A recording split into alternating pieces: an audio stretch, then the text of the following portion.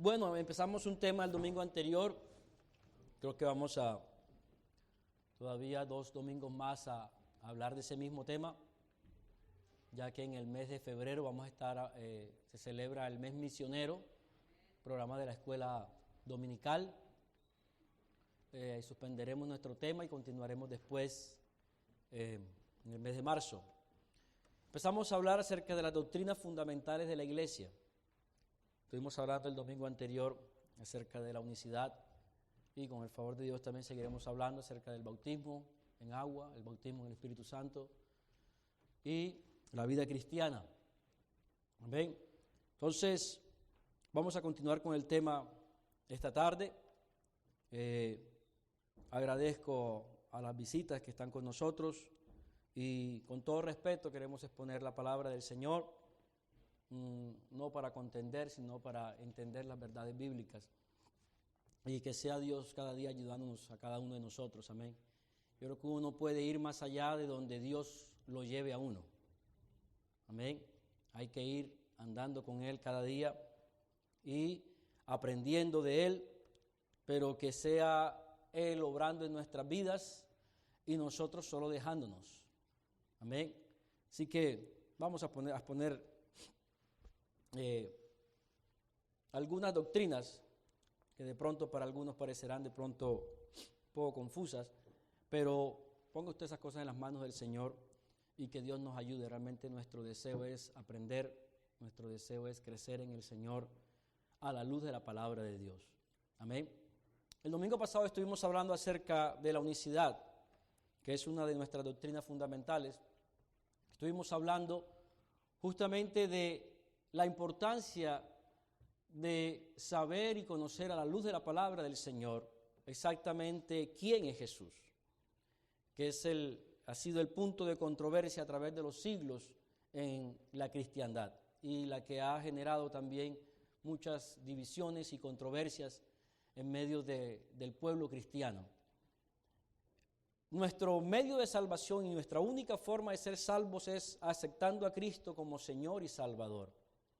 Pero la palabra misma nos enseña y nos dice que es necesario que nosotros sepamos y tengamos claro quién es este Cristo. Amén, porque de eso depende realmente no solo nuestra salvación, sino el perfeccionamiento.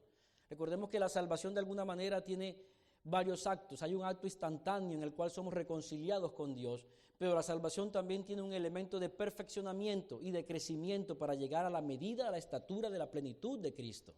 Amén.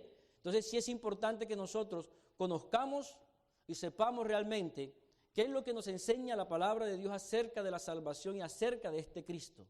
Cristo ha sido el tema de controversia a través de los siglos, porque desde los días en que Él estuvo en esta tierra se preguntaba a la gente y se cuestionaba quién era Él, quién era Cristo. Él mismo se lo planteó a sus discípulos y le preguntó a sus discípulos. El libro de Apocalipsis casualmente se escribió justamente para mostrarnos quién es Cristo.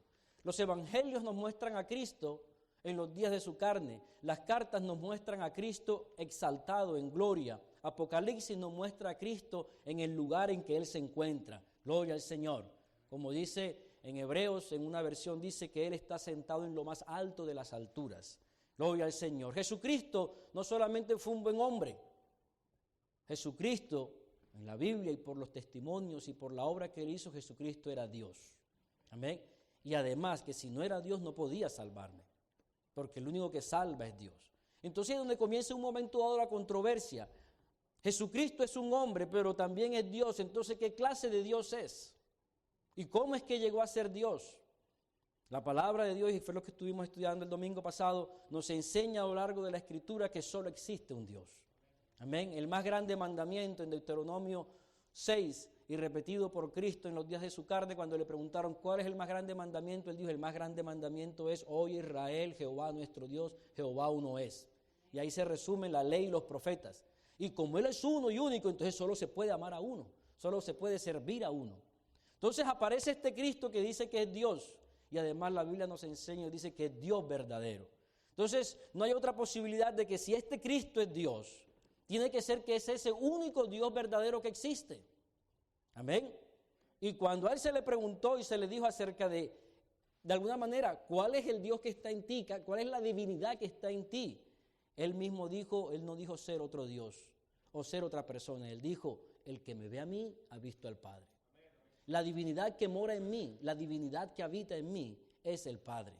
El que me ve a mí, ve al Padre. El que me conoce a mí, conoce al Padre. El que me recibe a mí, recibe al Padre. El único Dios verdadero. El que me niega a mí, niega al Padre. ¿Por qué? Porque Jesucristo es la imagen del Dios invisible. Gloria al Señor. El único y eterno Dios que debió acercarse y venir a nosotros a salvarnos. Y tomó forma de hombre, se hizo semejante a nosotros. Gloria al Señor. Se acercó tanto que se hizo semejante a nosotros. Y la Escritura lo dice.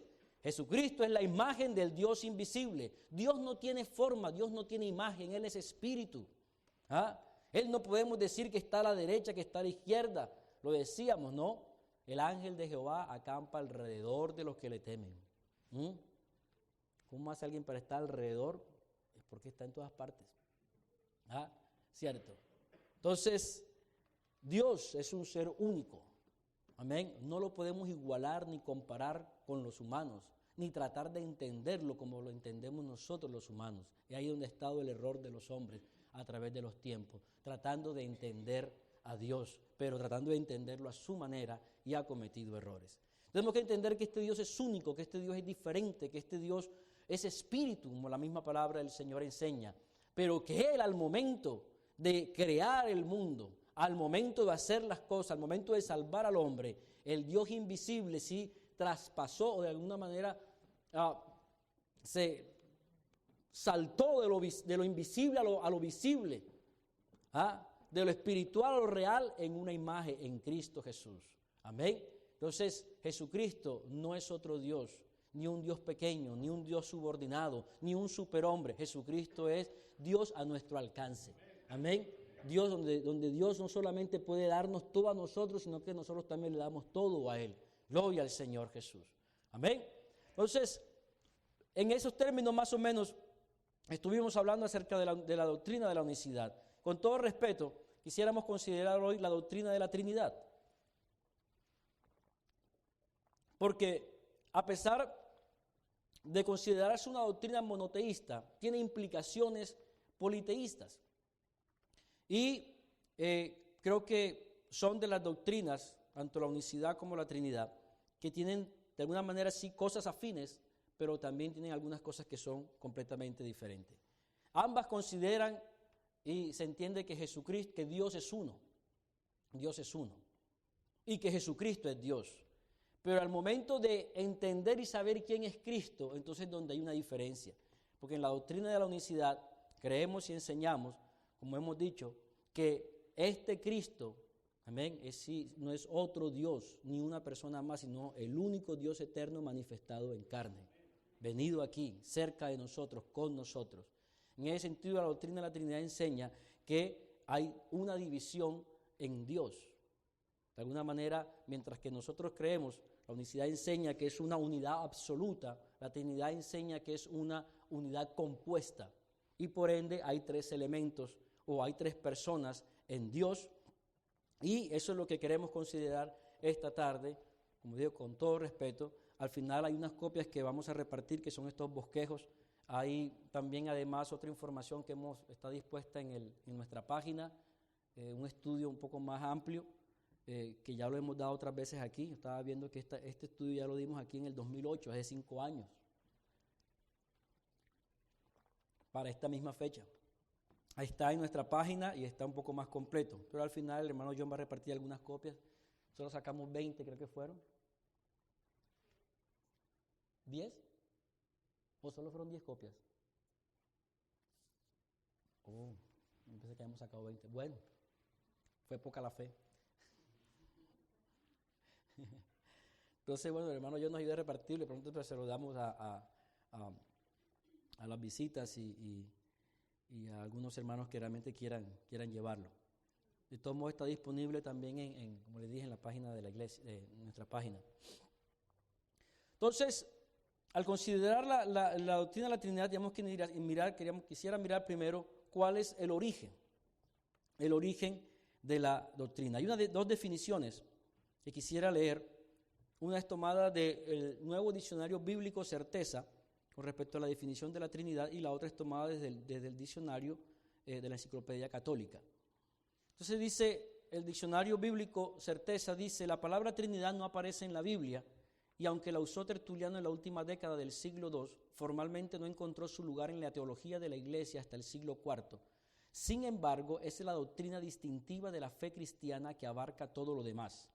Ella hace tres afirmaciones: que no hay sino un solo Dios, que cada una de las tres personas, Padre, Hijo y Espíritu, es Dios, y que tanto el Padre como el Hijo y el Espíritu son personas claramente diferenciadas. Dice, en esta forma se ha convertido en la fe de la Iglesia desde que recibió su primera formulación plena por Tertuliano, Atanasio y Agustín. Entonces, esta misma definición, que es tomada de una enciclopedia acerca de la Trinidad, nos deja de todos modos varios puntos interesantes a considerar. El primero, la doctrina como tal no aparece en la Biblia, no fue formulada por la Escritura. La Escritura no la está formulando, dice que fue formulada por algunos de los llamados padres de la Iglesia, entre ellos menciona a Tertuliano, Atanasio y Agustín. Pero los apóstoles no hablaron de la doctrina, Jesucristo no habló de la doctrina como tal, y dice que históricamente encontró o fue aceptada dentro de la Iglesia hasta el año 400 después de Cristo. Amén. O sea, estamos hablando, uno dice 400 y 400, uno dice, bueno, eso no parece mucho tiempo, van 2000 y pico, pero 400 años es un montón de tiempo. ¿Ah? América tiene 500 años de descubierto. Entonces hay muchas cosas que pueden pasar ahí. Dice además, son tres afirmaciones que ella da. Dice, la primera afirmación es Dios es uno. La segunda afirmación es que en Dios, a pesar de ser uno, hay tres personas. La palabra persona no aparece en la Escritura tampoco. Hay tres personas, Padre, Hijo y Espíritu Santo, que cada una de las personas es Dios, pero a su vez cada una de esas personas es diferente a las otras. Yo quise traer un diagrama que siempre he visto, lamentablemente no encontré el que es más asequible, pero ellos lo representan. Usted sabe que la Trinidad se representa por lo menos con el triángulo equilátero, que tiene los tres lados iguales, como una pirámide. Entonces se representa primero, el primer postulado es Dios es uno, un círculo, Dios. Pero Dios está en tres personas, Dios el Padre, Dios el Hijo, Dios el Espíritu Santo. Pero a su vez, Dios el Padre no es Dios el Espíritu, y Dios el Espíritu no es Dios el Hijo, y Dios el Hijo no es Dios el Padre. Eso genera un triángulo así. Esa es la definición gráfica acerca de la Trinidad. Y son tres postulados que no encontramos en la Escritura. Fueron postulados hechos por los llamados padres de la Iglesia católica más exactamente, Tertuliano, Atanasio y Agustín. Sigue diciendo este diccionario y dice, si bien no es una doctrina bíblica en el sentido de que no se puede encontrar formulación de ella en la Biblia, dice que sí la interpretación subyace, o sea, está oculta, no es una doctrina que está presentada bíblicamente, pero que sí subyace y está oculta tanto en el Antiguo Testamento como en el Nuevo Testamento, y vamos a mirar un poquito más adelante eso. Algo que me llama mucho la atención es que justamente dice que a pesar de que no está formulada en la Biblia, de que apareció 400 años después, dice, sin embargo, es la doctrina distintiva de la fe cristiana sobre lo cual descansa todo lo demás. Así que sí es importante tener en cuenta eso, sobre qué estamos edificando nuestra fe y nuestras creencias y nuestras prácticas. Amén.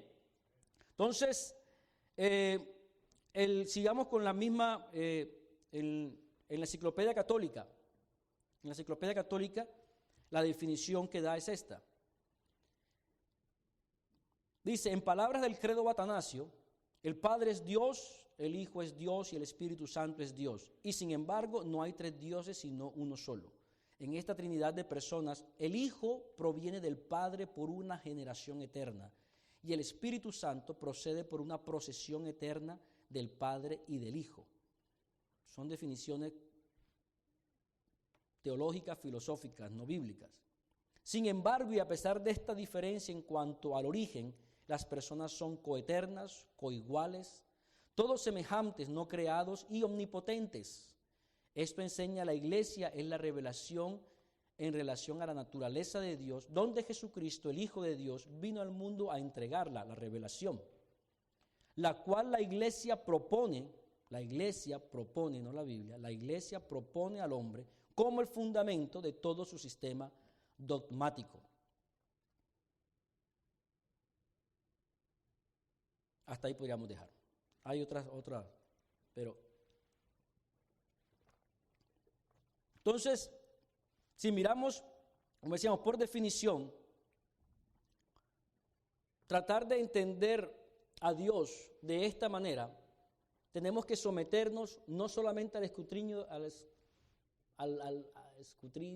se me está olvidando, escrutinio, o sea, a escudriñar la Biblia, sino también a introducir ciertos conceptos que son extrabíblicos. Definiciones como esa de que el Padre, el Hijo es eternamente procedente y el Espíritu Santo es eternamente también procedente del Padre y del Hijo. Terminología que la Biblia no contempla como personas o como Dios Padre o como Dios Hijo, como Dios Espíritu Santo. Entonces, vamos a mirar qué es lo que la palabra del Señor en ese sentido nos enseña. Amén. Toda la enseñanza, según la Escritura, toda la enseñanza que uno tiene que dar, tiene que estar a la luz de la palabra del Señor. Yo puedo hacer sugerencias o puedo tomar ejemplos, pero si voy a presentar un postulado o una doctrina, tiene que estar basada realmente en el testimonio bíblico. Si yo ya mezclo con filosofía o con teología, que ha sido el gran problema de la iglesia a través de los tiempos, puedo caer en un error. Porque como decíamos el domingo anterior, el gran problema aquí es que el hombre cuando quiere entender a Dios, quiere entenderlo a como entiende uno, a como se entiende uno mismo. Si Dios, nosotros hemos nacido y tenemos un padre, tenemos un origen, entonces todos nos preguntamos, ¿y de dónde salió Dios? ¿Y de dónde nació Dios? Y entonces, ¿y dónde está la cabeza de Dios? ¿Y dónde está la mano de Dios? No, Dios no tiene cabeza, Dios no tiene manos, Dios no es como nosotros, Dios no tiene principio, Dios no tiene fin, Dios no tiene tiempo. Amén. Pero entonces cuando el hombre sí quiere realmente entender a Dios bajo sus preceptos, bajo sus principios, sí puede caer en errores. Entonces la doctrina de la Trinidad es una doctrina que de alguna manera satisface mucha curiosidad del hombre, porque de alguna manera le explica ciertas cosas, pero no deja de entrar en contradicción franca con algunas escrituras y con el contenido en general de la escritura. Dice la palabra del Señor en Efesios capítulo 2, versos 20 y 21, dice, edificado sobre el fundamento de apóstoles y profetas, siendo la principal piedra del ángulo Jesucristo mismo, en quien todo el edificio, bien coordinado, va creciendo para ser un templo santo en el Señor. Amén. Dice, edificado en el fundamento de apóstoles y profetas, siendo la principal piedra del ángulo Jesucristo mismo. Amén. La piedra del ángulo tiene dos sentidos. Era la primera piedra que se colocaba en los edificios cuando se iba a construir un templo o un edificio importante, la piedra de la esquina. Y también tiene el sentido de la piedra que se colocaba en los arcos y que sostenía los arcos, la piedra clave que sostenía los arcos. Entonces, si vamos a este sentido, apóstoles nunca hablaron de la doctrina, profetas nunca hablaron de la doctrina, Cristo nunca habló de la doctrina como tal. Amén. Si quisiera de paso aclarar algo de pronto y decir, que a veces de pronto algunos piensan, oye, que ustedes no creen en el Padre, no creen en el Hijo, no creen en el Espíritu. No, sí creemos en el Padre, creemos en el Hijo y el Espíritu Santo. Lo que no creemos, porque la Biblia no nos los presenta, es que sean tres personas distintas. No creemos porque la Biblia no me presenta que sea, no creemos en el Dios Padre, Dios Hijo, porque la Biblia no me habla de Dios Padre, Dios Hijo, Dios Espíritu Santo. La Biblia sí me habla del Padre, del Hijo y del Espíritu Santo, pero nunca me dice que son tres personas distintas y un solo Dios verdadero, o que el Padre no es el Hijo, o que el Hijo no es el Espíritu Santo. ¿Sí me comprenden? Vamos con calma y esperemos que ayudarnos a salir adelante. Primera de Pedro 4:11. Si alguno habla, hable conforme a las palabras de Dios. Si alguno ministra, ministre conforme al poder que Dios le da. Amén. Entonces, si vamos a hablar algo, tiene que ser de acuerdo a lo que la palabra de Dios dice, no de acuerdo a lo que la filosofía dice. Amén. Primera Corintios 4:6. Ahí nos recuerda el apóstol y nos dice a que aprendamos a no pensar más de lo que está escrito. Gloria al Señor, porque lo que se ha escrito para nosotros se ha escrito para nuestra edificación. Amén. Así que si es algo que hay un lema que nosotros usamos y decimos, predicamos lo que la Biblia enseña. Si la Biblia lo dice, lo decimos. Si la Biblia no lo dice, no lo decimos. Amén. Porque me puedo meter en problemas, ¿cierto? Entonces tratamos de usar siempre las palabras y eso es bien importante que la Biblia nos dice. Bueno, dejemos hasta ahí. El tiempo está corriendo. Miremos rápidamente algunos términos o algunos versículos que de pronto se pretenden mostrar o de pronto pareciera que sí nos hablan de alguna pluralidad en Dios. Pluralidad en Dios. Uno de ellos y el primero que encontramos y muy discutido, está también en los folletos que entregamos el domingo anterior, es en Génesis 1:1, cuando se dice en el principio creó Dios los cielos y la tierra. Esa palabra Dios que aparece ahí en el hebreo es la palabra Elohim. La palabra Elohim es una palabra plural. Es una palabra plural. Pero cuando se estudia el significado de la palabra, no hay ningún teólogo ni ninguna persona de letras que coincida en que esa pluralidad está significando que es una pluralidad de dioses, sino el atributo que se da es una pluralidad de atributos o de funciones, como en el caso de los jueces, ¿ya? Que decir, o sea, decir que es una persona que hay una pluralidad, sí, pero de atributos, de poderes, no de personas. Entonces, es lo mismo que pasa cuando por ejemplo, en Génesis 1:26, donde dice Dios, entonces dijo Dios, hagamos al hombre a nuestra imagen, conforme a nuestra semejanza. En Génesis 11:7, que dice, ahora pues descendamos y confundamos allí sus lenguas. Muchos en esto, cuando aparece ese plural ahí que dice, hagamos, descendamos, está diciendo, ve, ahí están las tres personas. Ahí está la pluralidad de Dios. Pero en primer lugar, eso es un plural que puede significar cientos, miles, que puede significar 3, que puede significar 4, que puede significar 1 también. Porque uno dice, vamos a hacer un servicio y de pronto el que hace el servicio nada más soy yo, porque aquí que predico y dirijo. ¿Ah? Y a veces uno habla de esa manera, ¿cierto? Pero entonces el hecho que aparezca este plural aquí no está significando una pluralidad de dioses o una pluralidad en Dios. Incluso he pensado que realmente las personas que de pronto cuando la persona ya tiene una idea preconcebida acerca de eso, apenas ve ahí, en plural, no ve, aquí están, pero la Biblia no me está diciendo eso. La Biblia no me está diciendo eso. Los mismos teólogos con respecto a esto, ¿qué dicen? Aquí esta es una nota tomada del Nuevo Comentario Bíblico. Dice, aquí en Génesis 1:26, donde dice hagamos, dice, aquí Dios se presenta como hablando con los ángeles. La única alusión hecha a otros seres sobrenaturales en este capítulo. Esta observación implica que el hombre es como Dios y los ángeles. O sea, el estudio bíblico demuestra, dice, Dios aquí si está hablando, si es que Dios está hablando con otros seres divinos, estaría hablando con los ángeles. Y el contexto lo muestra porque en los demás versículos, capítulos de Génesis, vemos a Dios actuando con unos ángeles. Los ángeles son los ejecutores de los juicios de Dios. Y cuando se presentó delante de Abraham, venía con 2 ángeles. Y eso lo vamos a ver más adelante. Sigue diciendo la nota y abre paréntesis, dice, tradicionalmente los cristianos hemos visto el nosotros y el nuestro como aludiendo a las otras personas de la Trinidad. Y dice el texto, aunque esta es una legítima y más amplia interpretación, no es el significado primario de las palabras usadas aquí.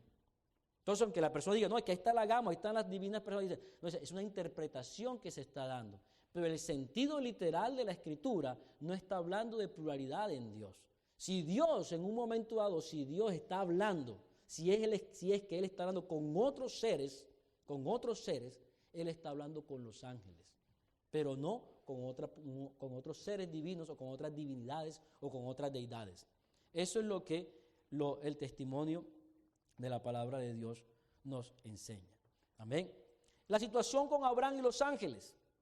En Génesis 18 dice que se le presentaron a Abraham, dice Génesis 18:2, y alzó sus ojos y miró y aquí 3 varones que estaban junto a él. Y cuando los vio, salió corriendo a la puerta de su tienda a recibirlo y se postró en tierra. Y dijo, Señor. No dijo señores, dijo Señor. Entonces, claro, cuando de pronto la persona llega y mira, mira, aquí están 3 personas, ahí está el Padre, el Hijo, el Espíritu Santo. Pero si usted sigue leyendo el capítulo, se da cuenta cuando llega a Génesis, el capítulo 19, el verso 1 dice que llegaron pues los 2 ángeles a Sodoma a la caída de la tarde y Lot estaba sentado a la puerta de Sodoma. Amén. Y el capítulo anterior dice que los 2 ángeles se fueron hacia Sodoma y Jehová se quedó y Abraham se quedó con el frente al Señor, con el Señor. Amén. Así que si fueron 3 personajes que vinieron, pero de los 3, 2 eran ángeles y el otro era el Señor. Amén. Dios en una teofanía, en una manifestación. Amén. En Daniel capítulo 7 también hay otro pasaje que llama mucho la atención, porque hay una visión que Daniel tiene y dice, hay un anciano de días sentado en un trono y llegó uno como hijo de hombre y se presentó delante del anciano de días y a este hijo de hombre le fue dado poder, dominio, autoridad y gobierno sobre todas las naciones y su reino no terminará. Entonces claro, uno lee eso y dice, ahí está el Padre y el Hijo, ahí están los 2. Pero si usted sigue leyendo todo el capítulo, ahí están las notas de todos modos en lo que le vamos a dar ahora. O usted puede leer el capítulo con más confianza en su casa, en la Escritura. Daniel, todo el capítulo 7. Al final viene la interpretación de la visión. Porque la visión tiene 2 aspectos. Uno, las 4 grandes bestias que Daniel vio. Y el otro, justamente, quién es este anciano de días y quién es este hijo de hombre. Y las 4 bestias ya sabemos cuáles son, los 4 grandes imperios. Y el anciano de días y el hijo de hombre son los santos del Altísimo. El hijo de hombre no está hablando de Jesucristo, está hablando del pueblo de Dios. Amén. Si usted lo lee con más calma, con más entendimiento, se va a dar cuenta de esa situación. Si vamos al Nuevo Testamento,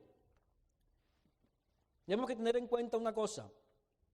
Cuando la palabra del Señor, al tiempo que la Escritura nos empieza a hablar del Padre, también nos empieza a hablar del Hijo. En el Antiguo Testamento no se usan esas expresiones, Padre o Hijo, no. ¿Por qué ocurre eso? ¿Por qué pasa eso? ¿Ah? ¿Por qué Dios es Padre? Yo soy Padre cuando engendré un hijo. Antes no era Padre. Uno dice, no, es que Dios es Padre en la creación. No, pero Dios no es creador. Dios es Padre porque engendró un hijo. Y es interesante que el que engendró a Jesucristo, no dice la Escritura que no fue el Padre, sino el Espíritu Santo. ¿Cierto? Eso lo vamos a mirar el próximo domingo.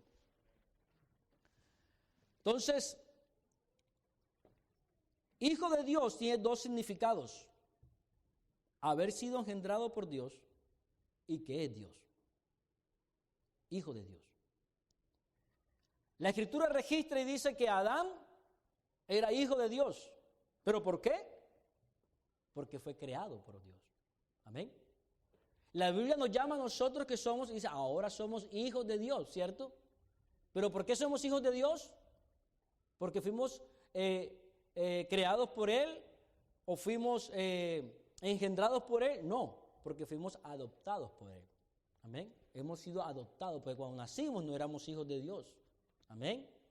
A los suyos vino y los suyos no le recibieron, mas a todo el que le reciba, en que cree en su nombre, le da la potestad, el derecho de ser llamado hijo de Dios, ¿cierto? Sí, cuando nosotros nacemos no somos hijos de Dios, pero después por haber creído en Él, somos adoptados hijos de Dios. Y Jesucristo es hijo de Dios, ¿por qué? No porque fue creado, no porque fue adoptado, porque fue engendrado. Engendrado por Dios. Amén. Por eso se le llama el unigénito hijo de Dios, porque es el único, Cristo, el hombre, el único que fue engendrado de esa manera. Amén. No fue hecho del polvo de la tierra, no. Fue concebido en el vientre de una mujer. Amén. Fue concebido en el vientre de una mujer. Ahí de pronto también sería bueno aclarar y mirar que,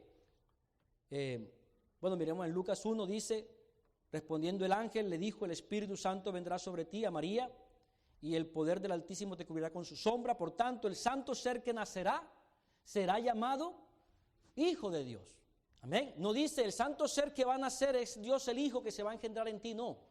El santo ser que nacerá, o sea, lo que va a nacer, se va a llamar Hijo de Dios. O sea, lo que se llama Hijo de Dios es lo que nació, ¿cierto? Por eso es que hablar y decir Dios el Hijo o el Hijo eterno son frases completamente extrañas a la Biblia, porque la Biblia no las dice, y son frases además contradictorias en sí. ¿Por qué? Porque un hijo no puede ser eterno, un hijo en algún momento dado fue engendrado, ¿cierto? Y la Biblia no las contempla. Dice, lo que nacerá será llamado hijo de Dios. Gloria al Señor. Amén. Dice, además, y eso lo mencionamos el domingo pasado, a Jesucristo cuando lo quisieron matar. ¿Por qué lo quisieron matar? Porque Él dijo ser hijo de Dios. Leamos Juan 10, verso 33. Le respondieron los judíos diciendo, por buena obra no te apedreamos, sino por la blasfemia, porque tú siendo hombre te haces Dios. Y como dijimos, como alguien dijo por ahí, fue todo lo contrario, Él siendo Dios se hizo hombre. Jesús le respondió, ¿no está escrito en vuestra ley? Yo dije, dioses sois. Si llamó dioses a aquellos a quienes vino la palabra de Dios, y la escritura no puede ser quebrantada, al que el Padre santificó y envió al mundo, vosotros decís, tú blasfemas porque dije, hijo de Dios soy. O sea, ¿por qué? Porque al Jesús estar diciendo, hijo de Dios soy, se estaba igualando a Dios. Porque era el pensamiento de la época. Ustedes no han visto las películas o estudiado un poquito de la mitología griega. Los semidioses. Los semidioses eran producto de la unión de un dios con una mujer. Según ellos, Dios tenía relaciones sexuales con una mujer y salía un semidios. Ese era un hombre que tenía poderes, era un humano, pero también tenía poderes divinos, porque había sido engendrado por un Dios. Pero eso es completamente blasfemo y eso es completamente contrario a la Escritura. Un espíritu nunca puede tener una relación sexual. Ellos no saben qué es eso. El sexo es algo exclusivo de la carne. Y por ahí hay mucha gente que habla que hay demonios que tienen relaciones, que no es que eso es puro cuento. Un demonio no sabe qué es eso. Ese placer Dios solamente nos lo dio a nosotros los humanos. Qué bendición. Cuando nos casamos. Amén. Gloria al Señor. Pero un espíritu no sabe qué es eso. Él no sabe qué es sexo, él no sabe qué es adulterio, no sabe qué es, él no sabe qué es eso. Él sabe que al hombre le gusta eso. Pero ellos no saben. Así que un espíritu, un Dios, semidios, como se llame, nunca podrá tener una relación con un ser humano. Una relación sexual, porque ellos no saben qué es eso. Ellos son espíritus. Ellos no tienen cuerpos, no tienen pasión, no tienen deseo. Amén. Gloria al Señor. Entonces, eso es lo que creían los antiguos. Entonces, claro, ahí se va Jesucristo y no, yo soy hijo de Dios. Entonces, tú te estás haciendo igual a Dios entonces.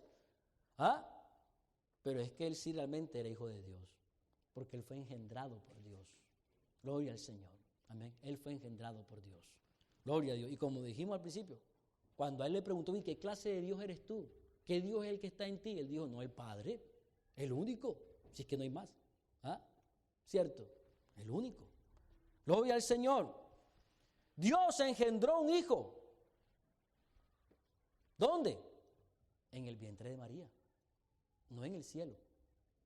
Porque algunos leen, cuando leen ese pasaje conocido de Juan 3:16, porque de tal manera amó Dios al mundo que envió a su Hijo unigénito, para que muchos creen que Dios mandó al Hijo del cielo. No, porque en el cielo no había un hijo. Él no fue engendrado en el cielo. Mandó al mundo. ¿Cuál es el mundo? Parece que la gente piensa el mundo, el planeta Tierra. No, el mundo es las gentes. Y usted lo puede encontrar en cualquier interpretación o diccionario griego, alguna cosa, que cuando él está hablando de mundo, no está hablando del planeta Tierra, del globito, no. Está hablando de nosotros, de la gente. El mundo somos nosotros, la gente. Amén. Entonces dice que Dios envió a su Hijo al mundo. De tal manera amó Dios al mundo que ha dado a su Hijo unigénito para que todo aquel que en él cree no se pierda, mas tenga vida eterna. Amén. Porque no envió Dios a su Hijo al mundo para condenar al mundo, sino para que el mundo sea salvo por él. Amén. La gente. Entonces cuando dice que Dios envió a su Hijo al mundo, no fue del cielo, no. Lo envió a cumplir una misión. Lo envió a predicar el Evangelio, las buenas nuevas. Así como dice también de Juan el Bautista, hubo un hombre enviado de Dios y no lo mandaron desde el cielo. Fue enviado a cumplir una misión. Amén. Entonces,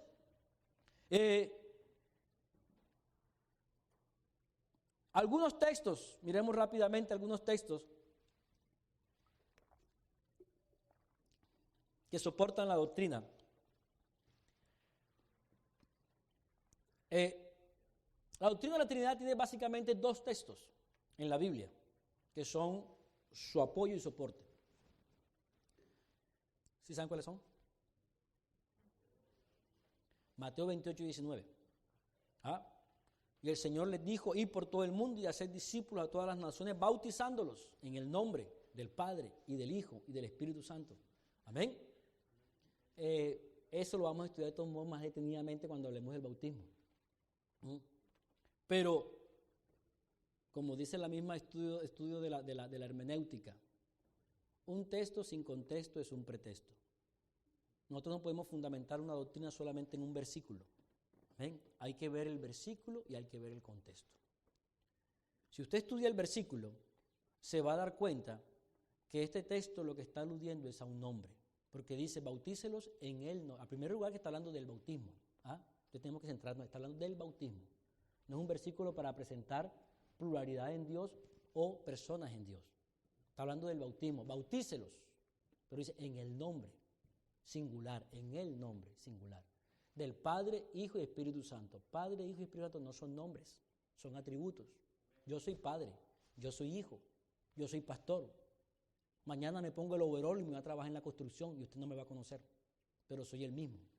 Y mi nombre es Win. ¿Cierto? Entonces, ese es mi nombre, pero yo tengo varias funciones, varios atributos. Amén. Entonces le digo, bautícelos en el nombre. ¿Cuál es el nombre? Bueno, hay que mirar cuál es el nombre. ¿Cierto?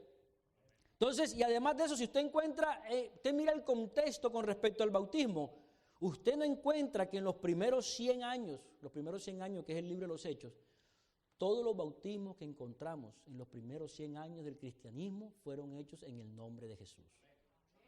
Porque cuando fueron a bautizar, cuando los apóstoles fueron a bautizar allá en Hechos 2, Él les dijo, arrepentíos y bautícese cada uno de vosotros en el nombre de Jesucristo. Entonces realmente la conclusión de Mateo 28 y 19 tendría que ser lógica es, ¿cuál es el nombre? Dice, y vayan y bautícenlos en el nombre, no dicen los nombres, en el nombre. Del Padre, Hijo, pero la pregunta lógica es, ¿cuál es el nombre? El nombre es Jesús. Y para eso hay Biblia, porque Jesucristo es el único que perdona pecados. Amén. Y no hay otro nombre bajo el cielo de los hombres que podamos ser salvos. Y todo lo que hagáis de palabra o de obra, hacedlo todo en el nombre de Jesús. Amén. Gloria al Señor. Así que habría mucha tela por cortar ahí también. Si miramos también lo que se llaman los pasajes paralelos con respecto a este versículo, o sea, los evangelios son 4, ¿verdad? Todos recordamos que los evangelios son 4 puntos de vista de Cristo, ¿no? ¿Cierto? Entonces, si miramos los pasajes paralelos, o sea, lo que dijo Jesús o las palabras de Jesús en los otros evangelios en este momento, o sea, al momento de su partida, al final de su ministerio, vemos que dice Marcos.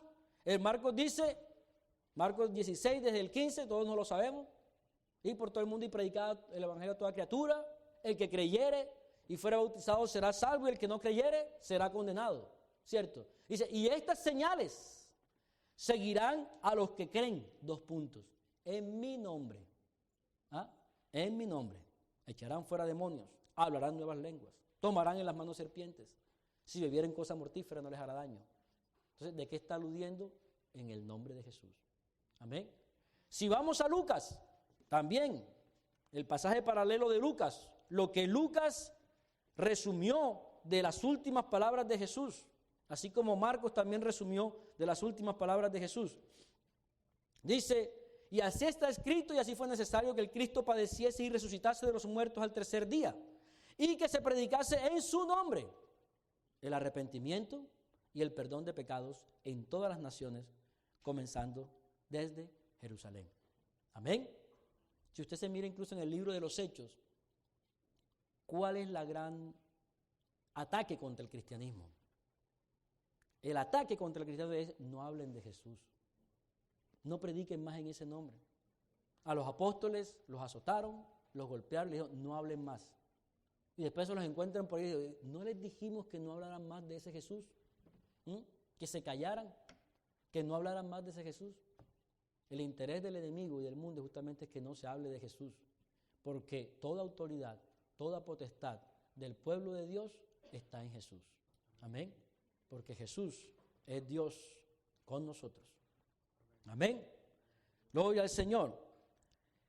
Otro pasaje que resulta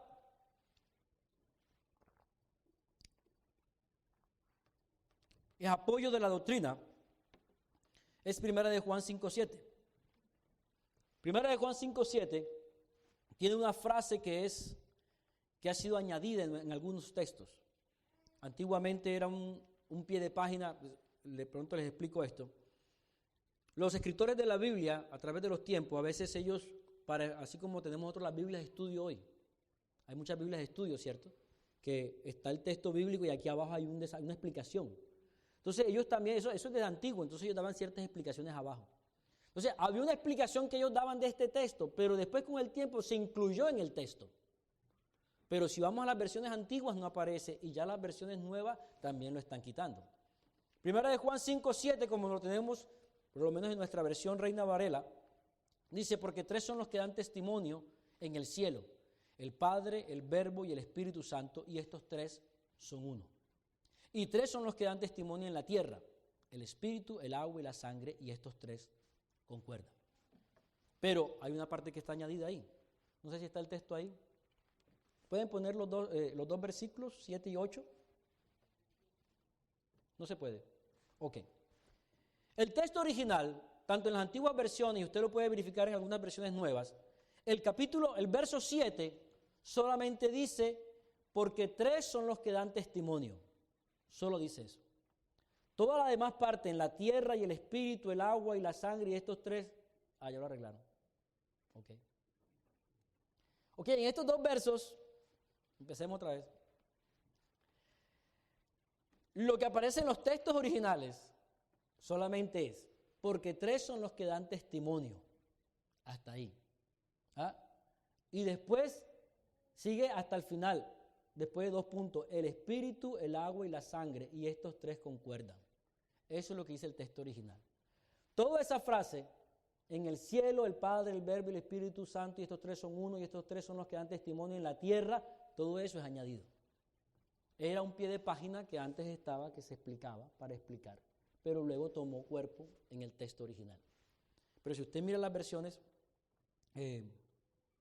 como dije yo, ya las versiones antiguas o una versión moderna, se va a dar cuenta que no está así, ya está solamente el verso 7 dice, porque tres son los que dan testimonio, y el verso 8 dice, el espíritu, el agua y la sangre, y estos tres concuerdan. Eso es todo lo que dice. Gloria al Señor. ¿Ven? Entonces esos son los versos, hablando de los versos que soportan la doctrina. Vamos a mirar rápidamente otros aspectos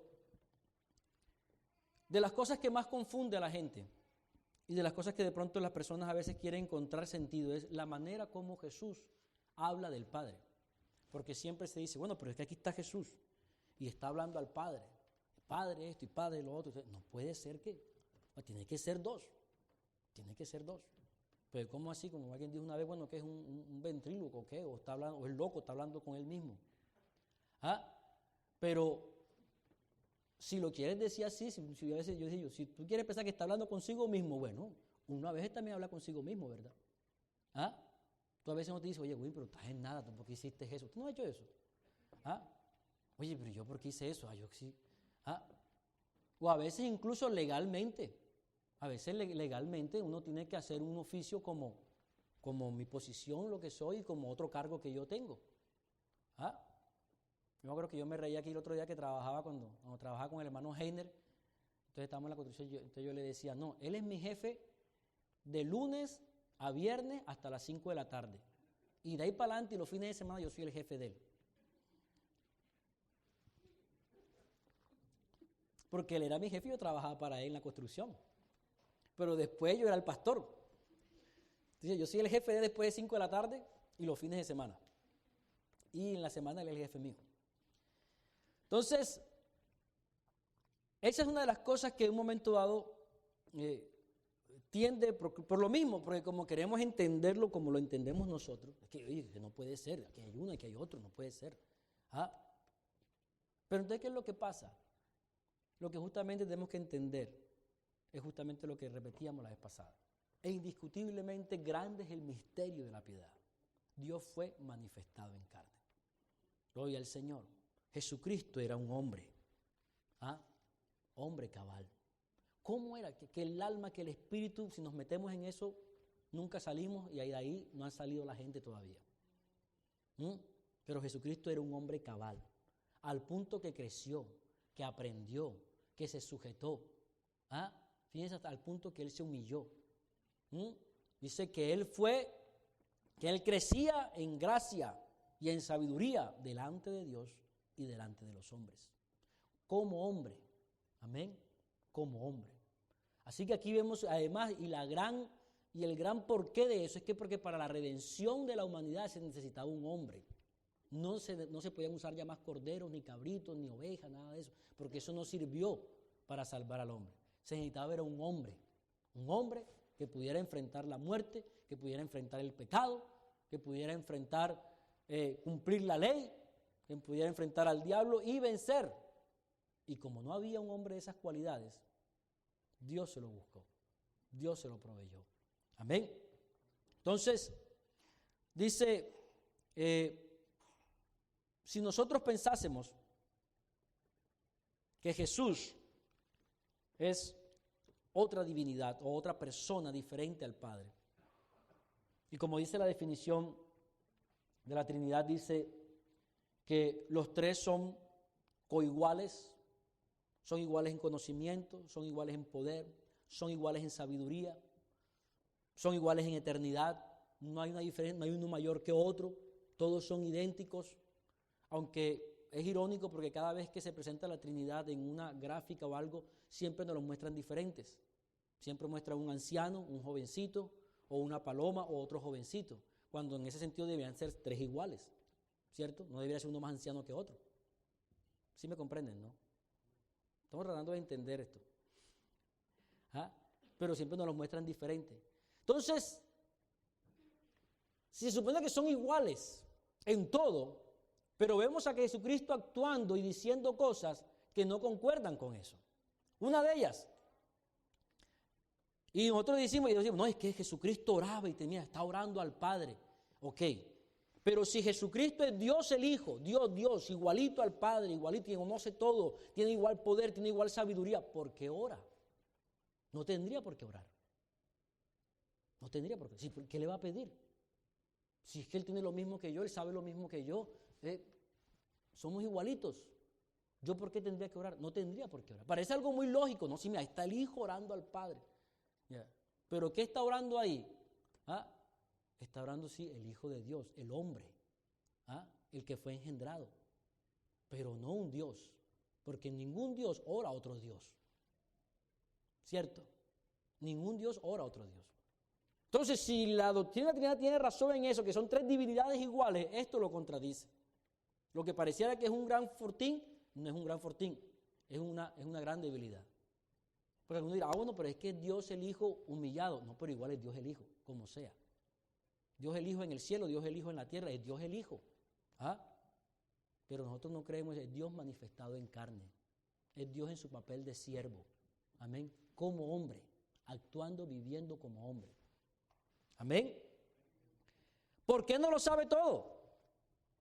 Porque Jesucristo mismo dijo, ¿no?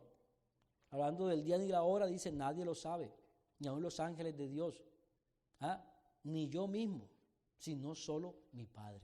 No lo sabía. ¿Por qué no lo sabía si es Dios el Hijo? Coigual, coeterno, coexistente. Dice la definición de la Trinidad, dice que nunca actúan separados uno de los otros porque Dios es indivisible. Así que sí, lo leo textualmente, Enciclopedia Católica, dice, por lo tanto el Padre nunca ha estado sin el Hijo, ni el Hijo sin el Espíritu, y esta misma Trinidad es inmutable e inalterable por siempre. Nunca se pueden separar, nunca se pueden separar. Entonces eso es contradictorio si aquí está Dios el Hijo clamando a Dios el Padre, entonces se separaron. O es que no es el Dios el Hijo, sino el Hijo de Dios, porque ese es el término bíblico, no Dios el Hijo de Dios, lo que fue engendrado. Entonces Jesucristo, como hombre, clamaba y oraba. Otras veces lo hemos dicho, ¿verdad? ¿Por qué clamaba? ¿Por qué oraba Jesús? ¿Para darnos ejemplo? No, es que Él tenía una humanidad que tenía que dominar, que tenía que sujetar. No estaba en el Getsemaní clamando y diciendo, Padre, pasa de mí esta copa, pero no se haga mi voluntad sino la tuya. Porque Él sabía lo que le esperaba. ¿Cierto? Entonces, Él oraba por eso. No lo sabía todo. Oraba a Dios. Él mismo dijo, el Padre mayor es que yo. Juan 14, 28. Si me amarais, os habríais regocijado, porque he dicho que voy al Padre, porque el Padre mayor es que yo. Entonces no concuerda tampoco, porque si son iguales, Jesucristo aquí está diciendo que el Padre es mayor que él. Dice, siente en la cruz, dice que fue abandonado. Dice, cerca de la hora novena, Jesús clamó a gran voz diciendo, Elí, Elí, lama sabactani. Esto es, Dios mío, ¿por qué me has desamparado? Verso 50, mas Jesús, habiendo otra vez clamado a gran voz, entregó el espíritu, porque él tenía un espíritu humano. Tenía un espíritu de hombre, tenía una humanidad, es que era un hombre, es que él era un hombre completo. Entonces, si miramos estos textos que parecieran que realmente nos muestran a otro, no nos están mostrando otro Dios, otra divinidad, porque como Dios o divinidad, era para que supiera todo, era para que lo entendiera todo, era para que lo conociera todo, era para que fuera igual al Padre. Pero no, Él está hablando aquí y se está presentando como el hombre, como el Hijo de Dios. Como hombre, Él desconocía todo eso. Amén. Así de la manera también como fue formado, así de la manera también como nació, como creció, como padeció hambre, como sufrió, como murió. Amén. Porque para la redención se necesitaba era un hombre. Los veo preocupados.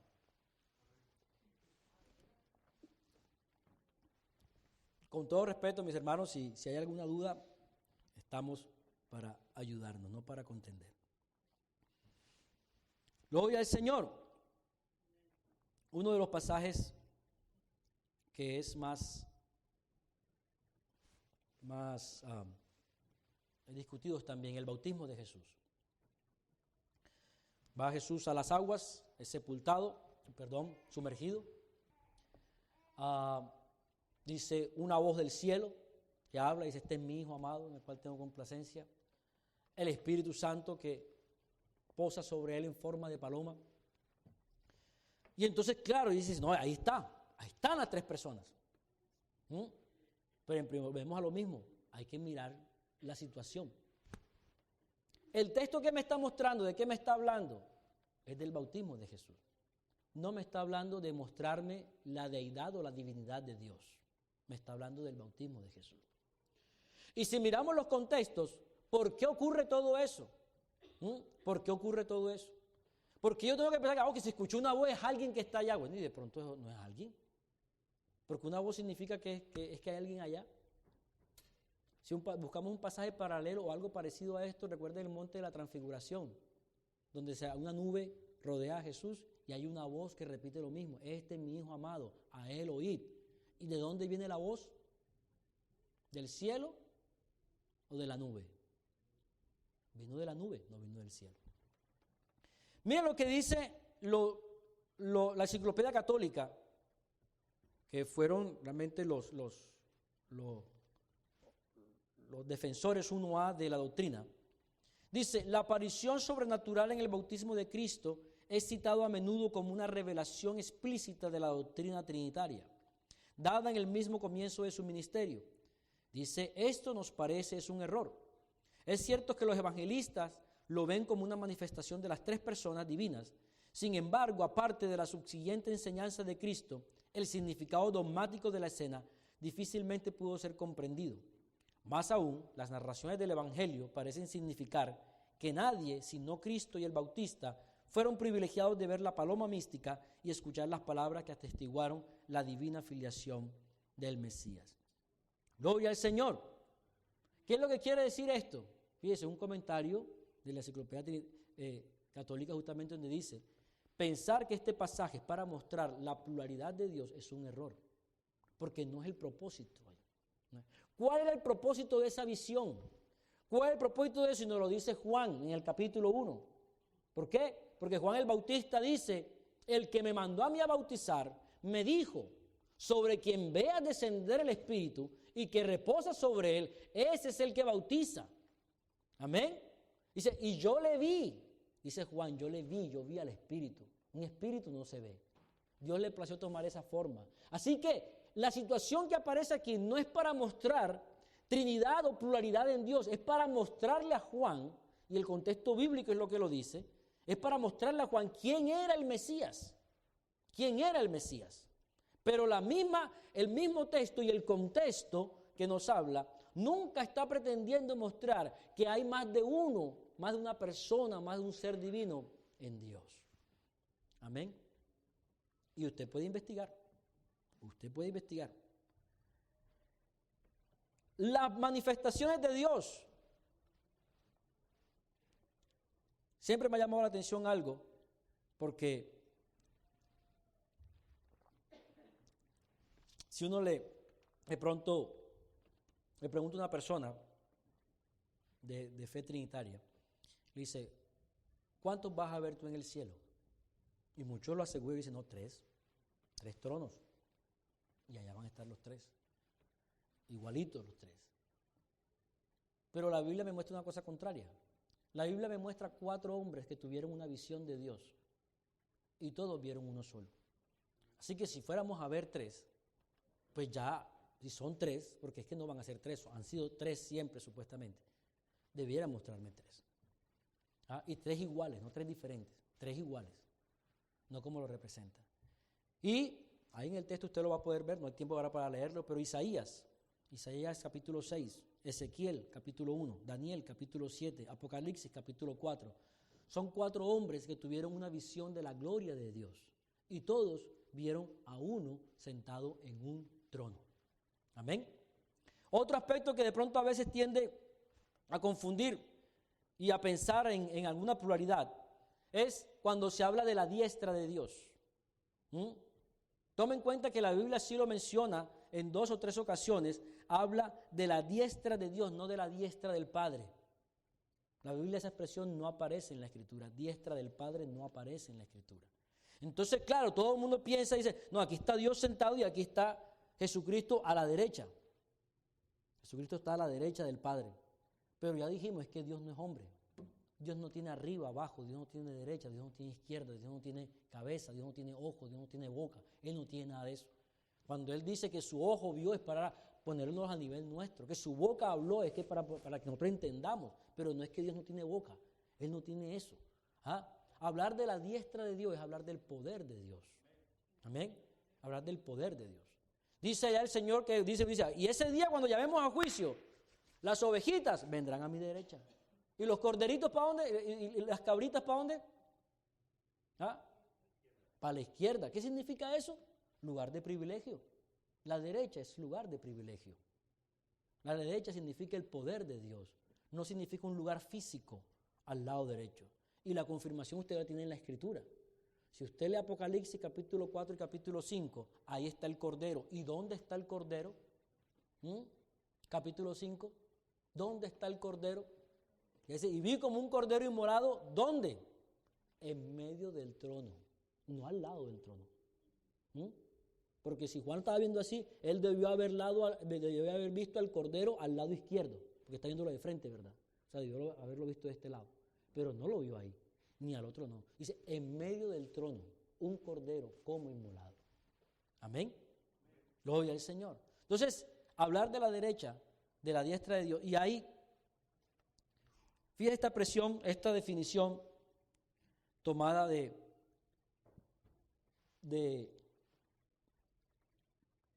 dice, esto lo tomé del credo comentado de Santo Tomás de Aquino.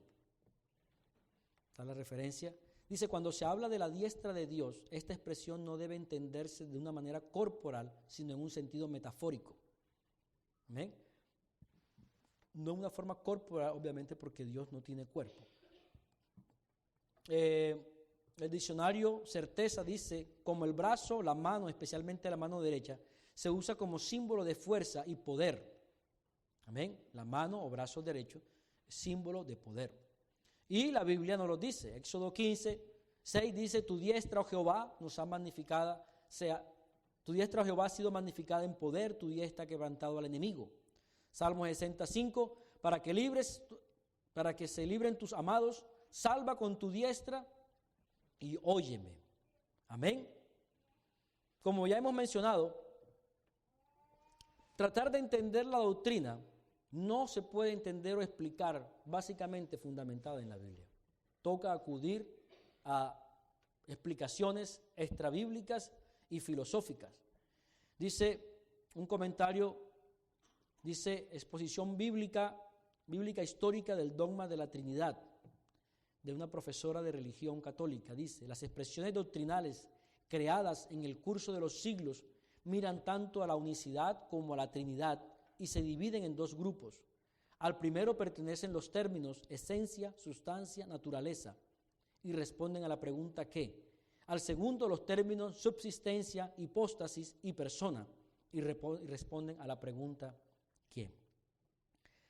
Expresiones filosóficas que explican la doctrina, no bíblicas, filosóficas, dice, tres personas distintas, un solo Dios verdadero, el Hijo eternamente engendrado, el Espíritu eternamente procedente. Dentro de las frases que se usan dentro de la terminología teológica, ya la hemos mencionado también, se habla de Dios Padre, Dios Hijo, Dios Espíritu Santo. La Biblia nunca habla de eso. La Biblia solamente habla de Dios el Padre. Y de todo modo mencionar uno y decir Dios Padre, Dios Hijo, Dios Espíritu Santo está hablando de un politeísmo, porque ahí está hablando de tres dioses. Hijo eterno es un concepto contrario no solamente en sí mismo, sino contrario a la Escritura porque no aparece en la Escritura. Gloria al Padre, gloria al Hijo, gloria al Espíritu Santo. La misma palabra del Señor nos enseña que toda gloria, honra se debe dar ¿a quién? A Jesucristo. Amén. Y ya miramos, la diestra del Padre no aparece. La Biblia no habla de la diestra del Padre, habla de la diestra de Dios. Habla de la diestra de Dios. Gloria al Señor Jesús. Amén. Podríamos citar muchas cosas más y podríamos hablar muchas cosas más. Como decimos, nuestro deseo no es contender o polemizar, pero nuestro deseo sí realmente debe ser uno entender la doctrina tal como Dios nos las presenta. Amén. Porque de eso dependerá realmente mi crecimiento. Amén. Y que yo realmente tome todo lo que la palabra del Señor me está presentando. De pronto yo encuentro muchos, no, yo no me meto en eso porque eso confunde eso. Pero bueno, fíjense que ellos mismos dicen que es el fundamento. Y si vamos a poner un fundamento de toda nuestra doctrina sobre algo que no aparece en la Biblia, estoy corriendo un gran peligro. Amén. Así que no es para condenar, porque no se trata de condenar, pero sí de despertar nuestras conciencias y que podamos realmente entender lo que la palabra del Señor nos está diciendo, nos está enseñando. Gloria al Señor. Porque de ahí eso nos va a llevar a otras cosas. Las demás cosas que vamos a hablar del bautismo en agua, del bautismo en espíritu, dependen de esto. Por eso hemos hablado al principio de esto, para que tengamos claridad en lo que vamos a seguir hablando. Porque si nos cambia algunas cosas, si creo esto así como está aquí, eso me va a cambiar algunas cosas, algunas prácticas, algunos principios.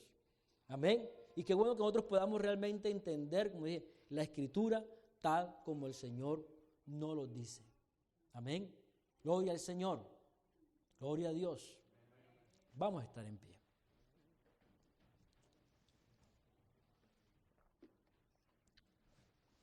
Ahí en la parte de atrás, bueno, hay pocas copias y el hermano John nos ayudará a repartirlas para que usted pueda llevarse la información, consultarla, revísela.